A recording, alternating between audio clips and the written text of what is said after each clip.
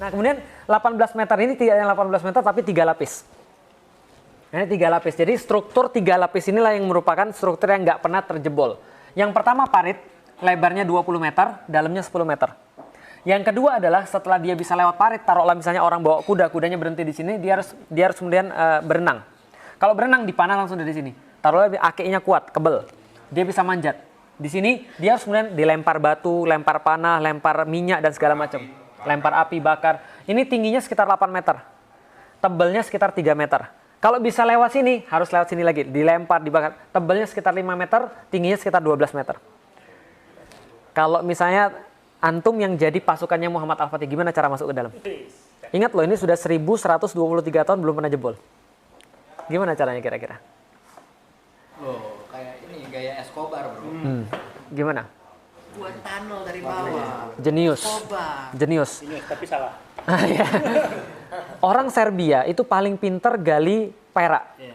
Mereka buat kemudian tunnel ke sini untuk ke sini, tapi ternyata orang-orang Konstantinopel lebih pinter.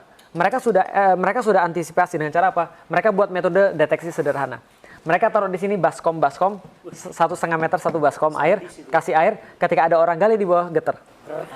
Dia tahu arahnya kemana, dia buat lubang, siram ter, dibakar. Nggak lagi. Nggak bisa.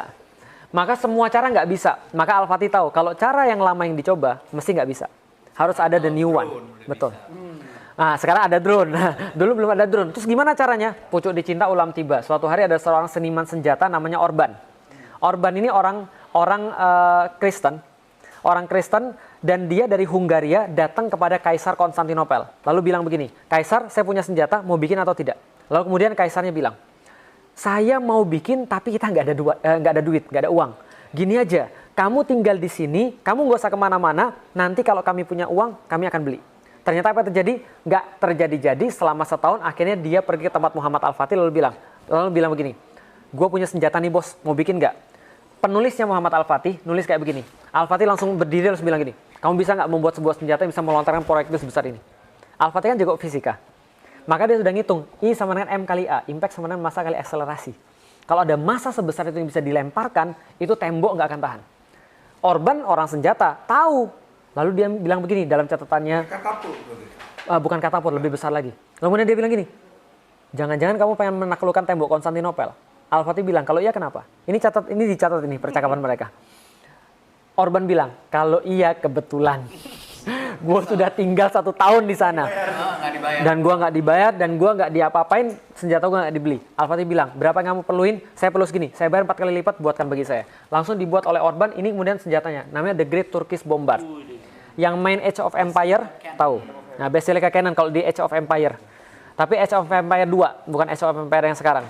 Nah, ini The Basilica Cannon, kalibernya 0,7 meter, beratnya 18,2 ton, panjangnya 5,2 meter, tembaknya 1,6 km, jarak tembaknya, berat pelurunya 680 kg. Dan dibuat 2 bagian, supaya mudah untuk ditransport.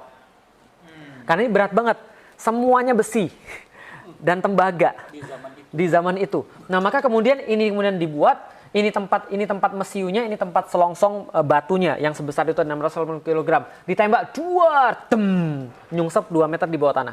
Al-Fatih bilang, bagus, tapi kurang. Kurang apa? Buatin ukuran 2 kali lipat. Oh bener, gimana caranya? Terserah kamu. Pokoknya saya mau ukuran 2 kali lipat. Dan dulu kan nggak ada molding standar. Nggak ada molding standar kan? Molding kan pakai ini dong, pakai tanah dan segala macam. Maka dibuat itu prosesnya ngeri sekali.